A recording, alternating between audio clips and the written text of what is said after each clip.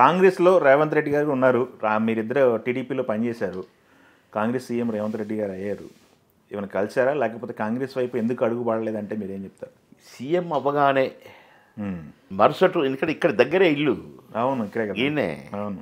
నా తమ్ముడిని కలవాలి, ఫ్లవర్ బుక్ వేయాలి, కంగ్రాట్స్ సాధించిన తమ్ముడు అని చెప్పాలి అని నేను చాలా ట్రై చేసిన. ఇప్పుడు జయపాల్ రెడ్డి అంట అక్కడ పిఏ అంట, నా ఫోను ఎన్నిసార్లు చేసినా ఎత్తలేదు. ఒకటి ఎప్పుడు చేసినా బిజీగా ఉన్నాడు సార్ అని చెప్తున్నాడు. అంటే బహుశా అతని వల్లనే నేను కలవలేకపోయినా ఫీలింగ్కి వచ్చి ఇక వద్దులే ఇతనికి చేయొద్దు అనుకున్నాను. తర్వాత ఇంకా కొందరు వాళ్ళు చెప్తే కూడా నేను కలవలేకపోయినా. ఓకే. మరి అది ఏం లోపమో. అట్టనే తుమ్మల నాగేశ్వరరావు గారు ఒక పక్క, మేమంతా కలిసి ఇద్దరం ఖమ్మమే. అవును. ఆయన కూడా చెప్పిన ఒకసారి కల్పించండి అని, పొంగులేటి కూడా చెప్పిన ఒకసారి కల్పించమని. ఒక్కసారి తీసుకెళ్ళండి, నేను కలవాలి, నాకు పార్టీలో చేయాలని. అది ఏం కావు సుమా, పదవులు గిదవులు అసలే కావు, క్లారిటీకి చెప్పారు. ఫ్లవర్ బుక్కే ఇస్తా, ఒక్కటే నిమిషం నేను కంగ్రాట్స్ చెప్పి వస్తా. సీతక్కకు చెప్పిన, కొండ సురేఖ గారికి చెప్పిన, వీళ్ళంతా కూడా నన్ను అన్నయ్య అని బాగా క్లోజ్గా ఉండేది నాకు. కానీ ఎందుకో 3 months నేను కలవలేకపోయినా. సరే మధ్యలో ఒక 1 month నుంచి అవును ఇప్పుడు నేను కాంగ్రెస్లో చేరితే బాగుంటుంది కదా ఇప్పుడు, ఎందుకంటే అక్కడ 10 మంది ఎమ్మెల్యేలు కాంగ్రెస్ వరంగల్లో గెలిచారు, బాగుంటుంది అని అనుకున్నా. కానీ అసలు నన్ను కలవనీయకపోతే ఇంకా నేనేం అడుగుతా? నేను పోయి గాంధీ భవన్లో చేరలేనుగా పార్టీలో అందరిలాగా.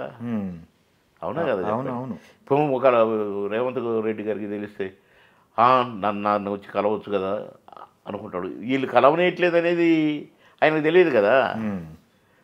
అందుకని నేను నా ప్రాణం ఉంది ఆడ, కానీ నన్ను కలవనేయలేదు. ఓకే. ఇక్కడేమో పాలుగారి ప్రెషర్ ఎక్కువైంది, ప్లస్ నోటిఫికేషన్ రాబోతుంది త్వరలో, 10-12 తారీఖు లోపలనే వస్తుంది, ఇంకా అసలు 20 లోపలనే వస్తుంది అని అంటూ నువ్వు చేరాలి అర్జెంట్ అని నిన్న పట్టుబట్టింది. నేను ఆగనే ఆపుతున్నాడు. ఎందుకంటే నేను ఇక్కడ రేవంత్ గారిని కలవాలని ఉన్నా కదా. కానీ మహానుభావులు మొత్తాన్ని నన్ను రేవంత్ గారిని కలవకుండా మాత్రం చేశారు కొందరు. ఇక మరి ఒకళ్ళు నేను నిజంగానే పార్టీలో చేరతా టికెట్ అడిగితే ఇంకెట్టుండను. ఏం వద్దంటేనే ఇట్లా అసలు ఏమొద్దు, నేను కలుస్తా, కంగ్రాట్స్ చెప్తాను అని అంటే కూడా చేద్దాం మాట్లాడతాం అని అన్నారు.